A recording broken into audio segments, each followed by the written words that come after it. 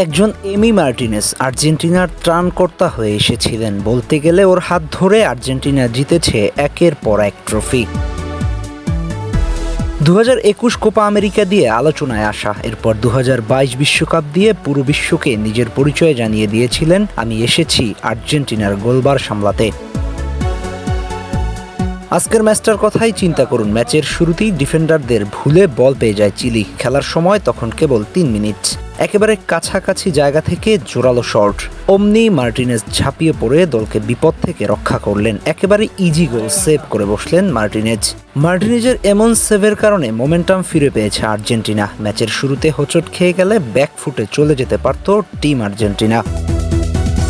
প্রথমার্ধ শেষ হলে দ্বিতীয়ার্ধে বেশ চড়াও হয়ে বসে চিলি। দ্বিতীয়ার্ধে একাধিক শট অন টার্গেট নিয়েছিল চিলি। সেখানে বাধার দেয়াল হয়ে দাঁড়ালেন একজন, তিনি আর কেউ নন, এমি মার্টিনেজ। ম্যাচের 59 এবং 63 মিনিটে দুটি গুরুত্বপূর্ণ আক্রমণ করে বসে চিলি, কিন্তু একজন এমির কারণে গোলের স্বপ্নই রয়ে গেছে চিলির।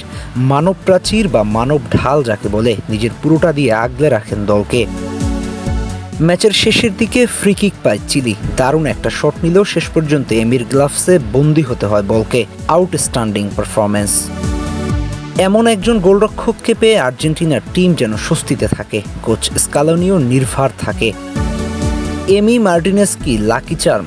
এই কথাটা অনেকেই বলে থাকে, সত্যিই কি তাই? এর উত্তর খুঁজলে হ্যাঁ না বলে উপায় নেই। একজন এমি মার্টিনেজ দলে আসার পরেই যেন বদলে গেছে পুরো দলের চিত্র, সাথে মাস্টারমাইন্ড স্কালোনি। আর্জেন্টিনার টিম হিসেবে বেশ শক্তিশালী, অনেকদিন ধরেই ছন্দে আছেন, সেটা বিশ্বকাপ পরবর্তী সময়ে লক্ষ্য করা গেছে।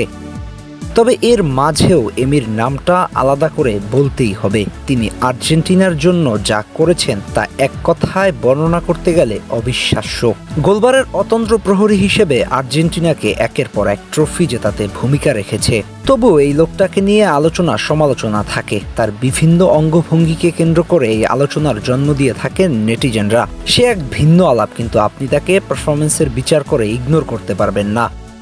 আপনি হয়তো তাকে ঘৃণা করতে পারবেন, কিন্তু অস্বীকার করতে পারবেন না। এমি মার্টিনেজরা যুগে যুগে আসে, হয়তো অভিশাপ মুক্ত করতেই তাদের আগমন, যার হাত ধরে হয়েছিল আর্জেন্টিনার 36 বছরের কলঙ্কের দাগ লেপন।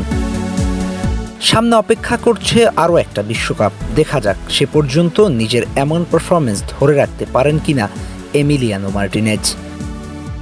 আহমেদ হাসনাইন খান, টিম স্পোর্টস।